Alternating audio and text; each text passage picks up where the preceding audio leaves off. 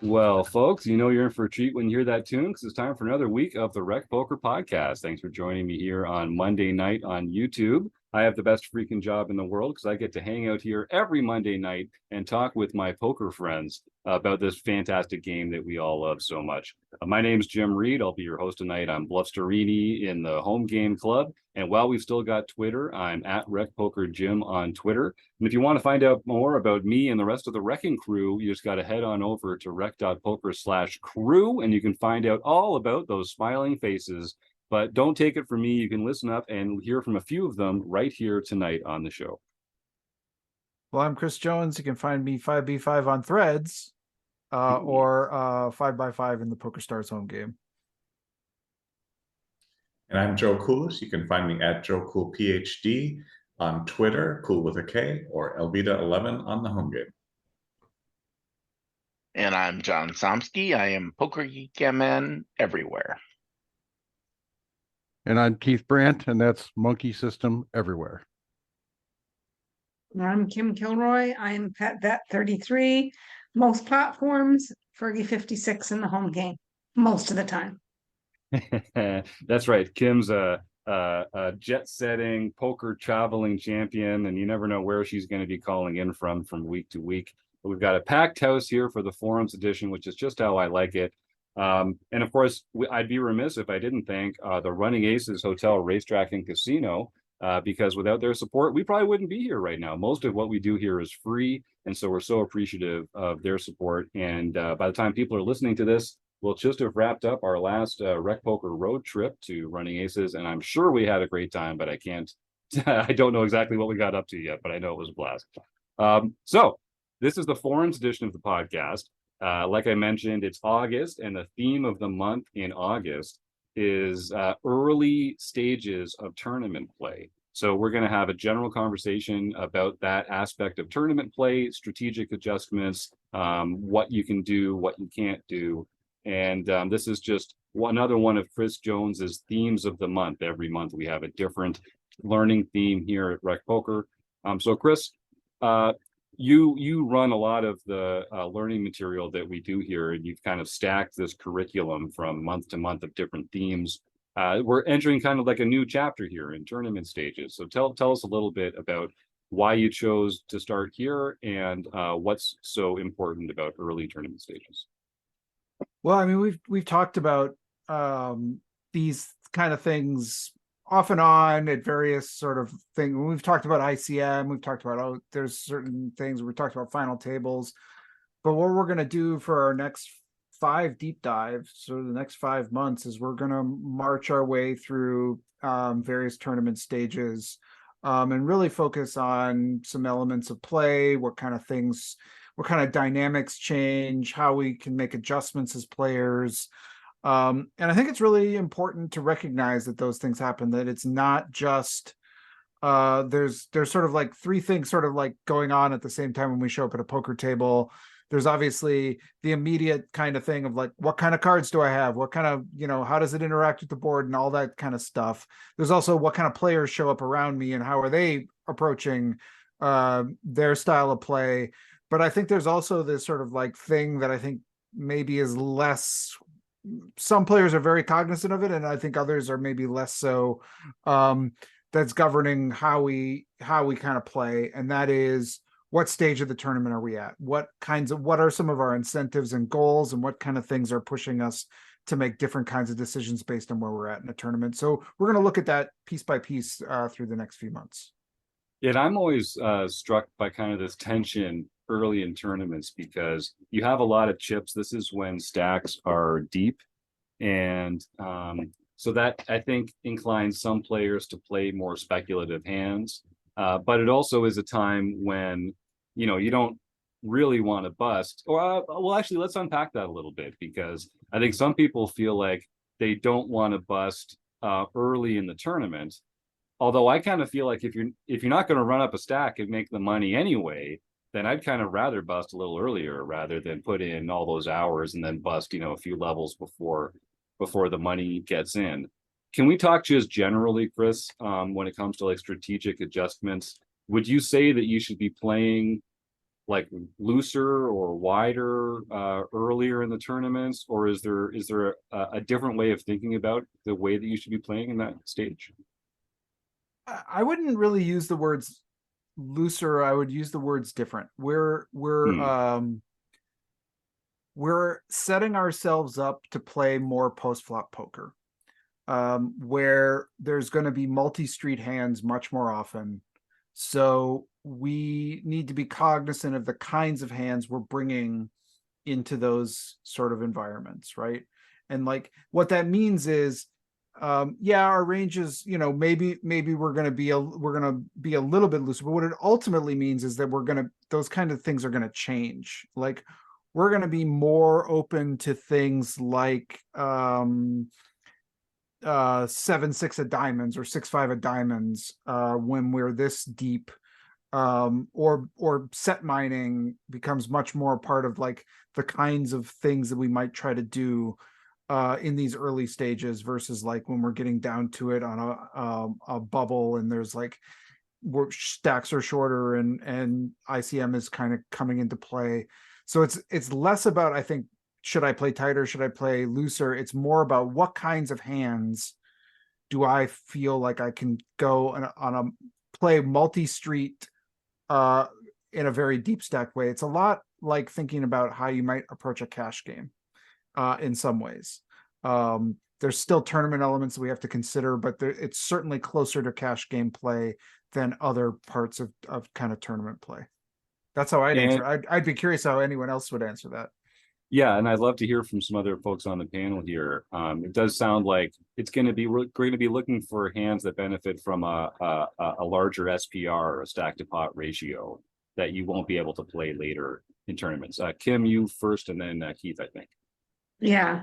One of the things that we went over at the Solve for Why Academy when I was there recently this year was that you don't want to play hands as much in multi-way pots like 7-6 suited, 5-6 suited, because you can just get over flushed on those hands or over straighted on those hands. But you do want to play hands that will make a nutted hand like pairs and suited aces. And, a lot of suited broadways you would probably want to play as well. So I think you're sort of a little bit tighter, but a little bit, so you're not like, a lot of people will just call. Someone will raise and they'll call early in a tournament because they have so many chips. And you should probably just play a little bit tighter and either fold or raise instead of just calling, unless your hand can make the nuts, right? So I think people play too many hands early in tournaments. And I also think, when you flop something, the thing is, when you flop something like top pair, top kicker, are you comfortable getting in 100 big blinds? Probably not, if that's all you have and all the chips are going in.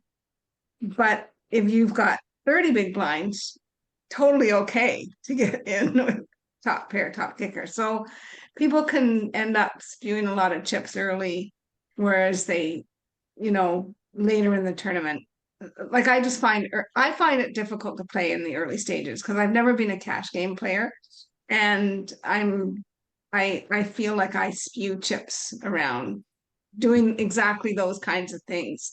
So what they sort of were guiding us to do is, instead of calling, just either fold or raise. So if you have king jack offsuit, and instead of calling, just raise. Or if you have queen jack suited, like instead of calling, just raise it, so maybe some more of that we'll see tonight from me. Yeah, I like that. Keith? Yeah, I agree with Kim in that hand selection is pretty important. And you don't want to get stuck in basically playing bingo with the rest of your bingo players that you're sitting there with.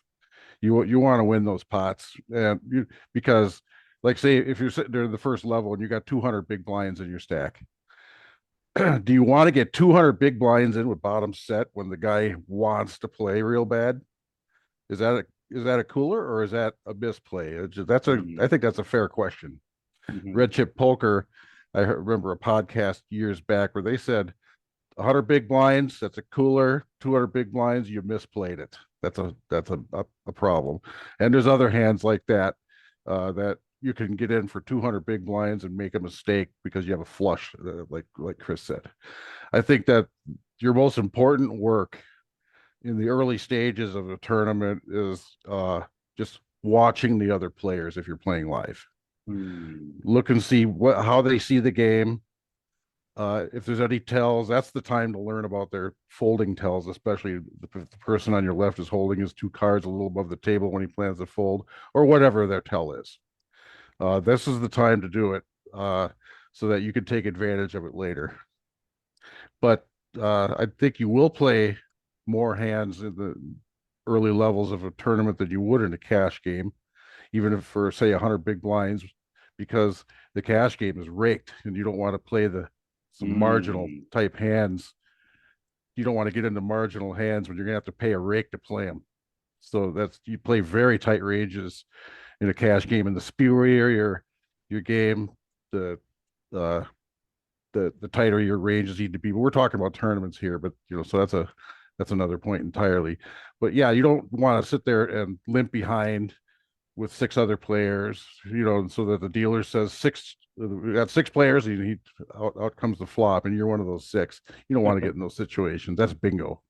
Yeah, I really like that point, Keith, about sort of recognizing how interested your opponent is in the hand. And when you're playing big pots, set over set, flush over flush, like Kim was saying there, those kind of spots can come up.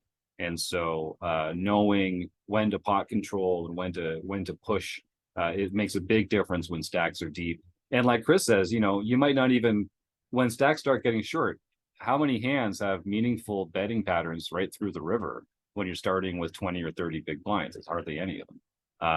So that's another thing about early tournament levels, is arguably there's a bit more of a skill edge to the experienced players, because they have a lot more post-flop play in order to see what mistakes the less experienced players are making and to capitalize on that. So that makes a lot of sense. And Keith, I like your note about sort of taking notes on players and getting a sense of those baselines for the tells that we might use later to find out whether they're strong or weak.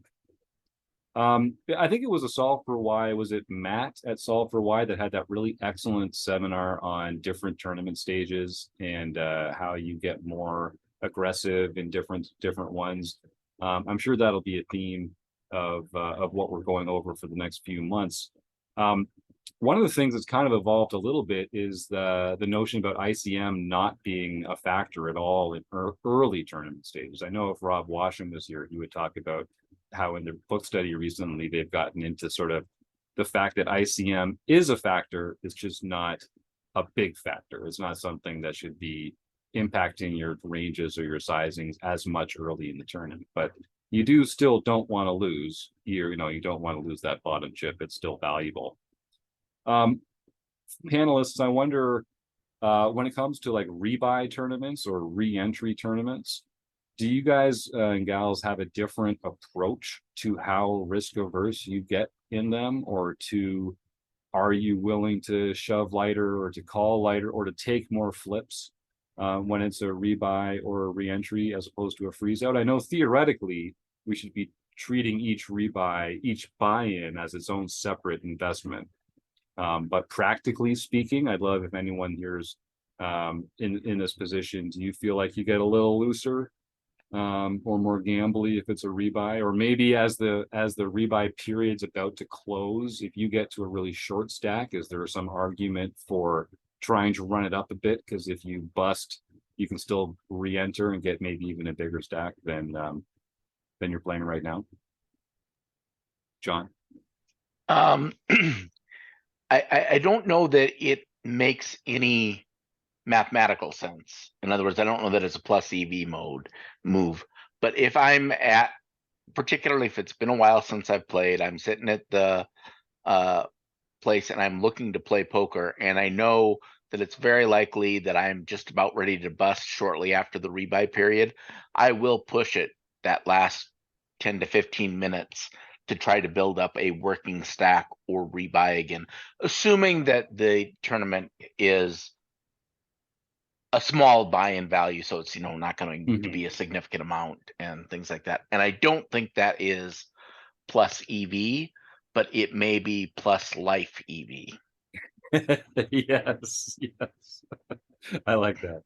Well, and I think I do the same thing. And I mean, what people will tell us, John, I think, is that we're not appreciating the value that our stack has, that even having a short stack is valuable and we shouldn't like throw it away at the chance of getting a bigger stack. But I mean, ultimately, that's what we're doing every time we go all in with a short stack. We're gambling it away on the chance to get a bigger stack. Chris, that what do you have to say?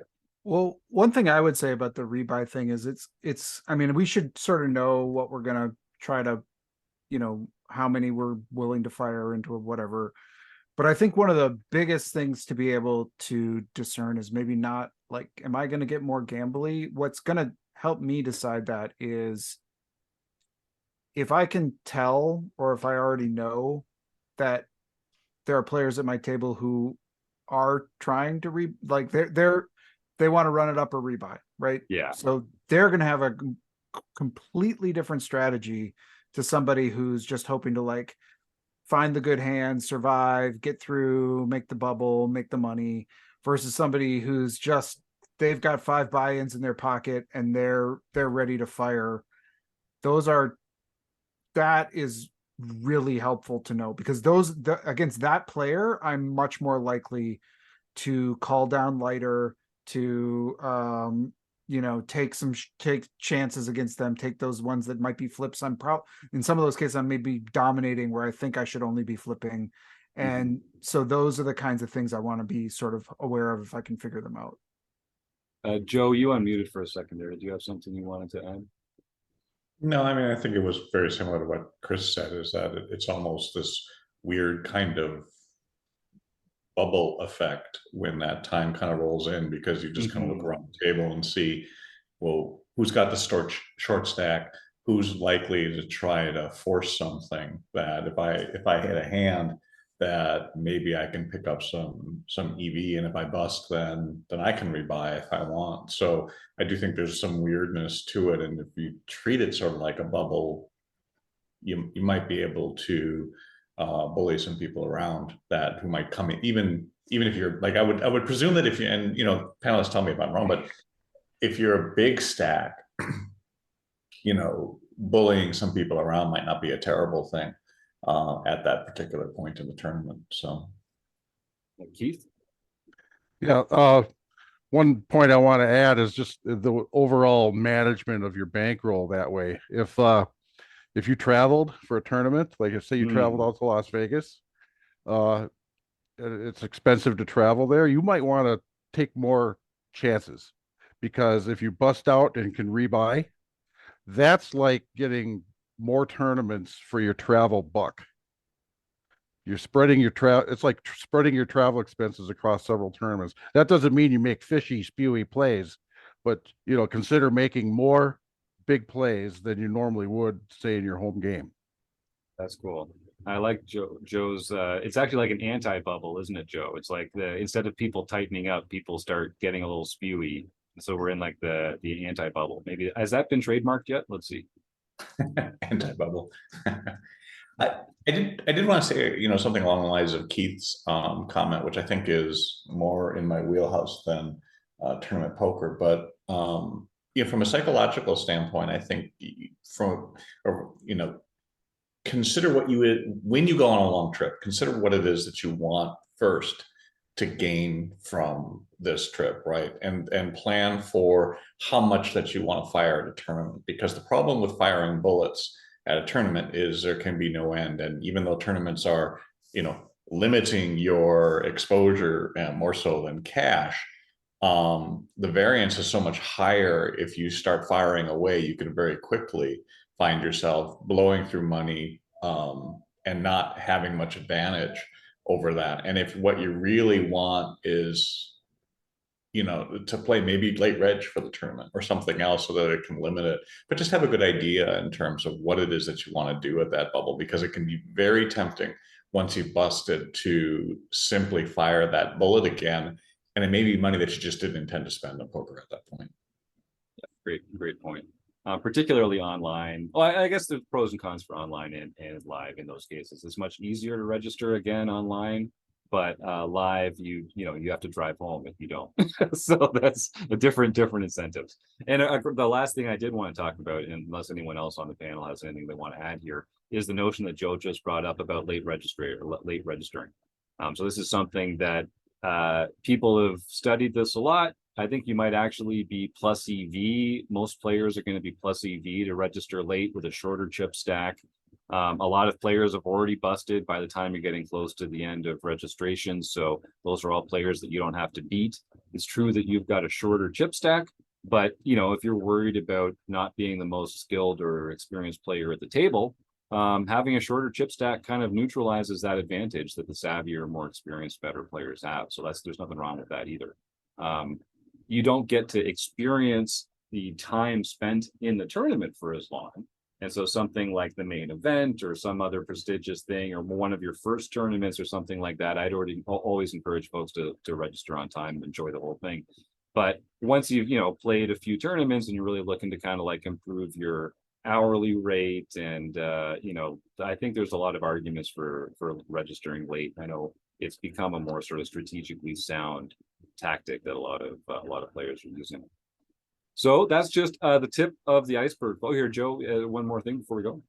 Yeah, I was just going to say that when you're looking on advice online, keep in mind where it's coming from, because I think a lot of times people get very wrapped up in a particular line of advice that doesn't take what Jim was saying into account concerning whether life EV versus financial EV makes sense. Late registering for a tournament means you may not play for very long.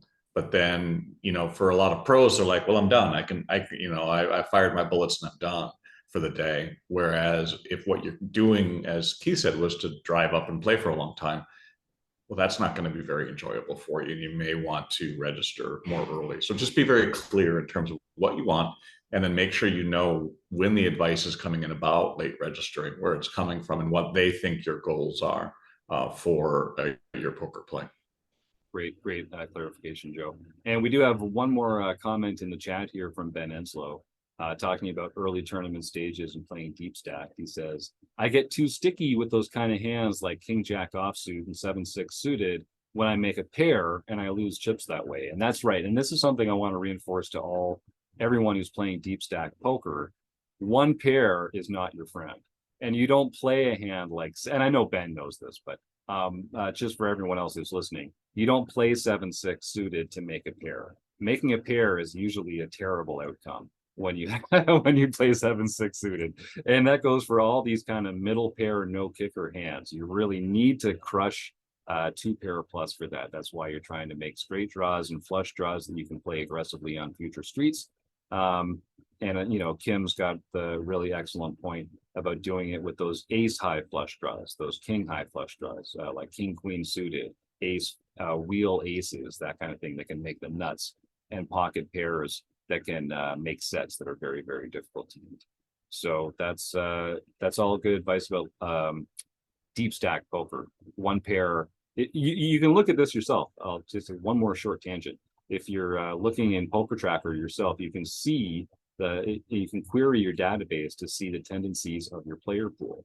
And typically what happens is that one pair is a winning hand at pots up to 40 or 50 big blinds. And then after that, once you're playing pots for more than 50 or 60 big blinds, one pair starts to show up as a loser as often as it shows up as a winner when you get to showdown. And hands like 2 pair plus start to become winners at pot sizes like that. And like Keith was saying earlier, if someone wants to play a big pot with you, they probably have 1 pair beat. They might even have 2 pair beat. They might even have bottom set beat. And so you really got to think about what is the relative strength of your hand for the situation and not the absolute strength of your hand. One more comment from Luke O in the YouTube chat says, I find early reg gives you more chance to wait for that nutted hand and get stacks in against someone who is firing a bullet. Yeah, exactly. If you get a sense of like who's out there to go and take a stab, and you can pick your spots. And if it's a nice structure and you're deep and you can afford to fold for a while and wait for those nutted hands or those extremely strong hands, that's exactly it. And one thing that's come out of this conversation from a bunch of people, I think, is the importance of knowing what your opponents are thinking about. Are they thinking about doubling up? Are they thinking about busting and going home? And how's that going to affect who you can apply pressure against and who you can't? So, Chris, thank you so much for putting these amazing deep dive seminars together. This one is early stages. I'm going to go out on a limb and say that the theme of the month in September is a slightly later stage than early stages. I'm getting the nod. Well, yeah, because wait, I'm so lost on. So this is is this coming up in no, August is the one we've already put in the can. This is coming out in September, right? Oh yes, sorry, yes, that's right. So then so October will be those next stages of the tournament. All right, and if anyone's listening to this podcast and it didn't come out in the right month, you can send your complaint email to jim@rec.poker. Let me know and I'll try and line this up better for next time. But yeah, we do record these forums editions slightly out of sync with the rest of them, so it's possible that I get the dates wrong every once in a while. But this was a good one. Thanks, Chris, for all you do for putting this stuff together. Thank you to Keith and Kim and John and Joe for participating. It's fun to do these on YouTube, so thanks to Phil and Luke and Ben for chatting along in there. Thanks, of course, to the Running Aces Hotel, Racetrack, and Casino, and to you, the listeners. You're the best. We'll see you again next week. Thanks for tuning in.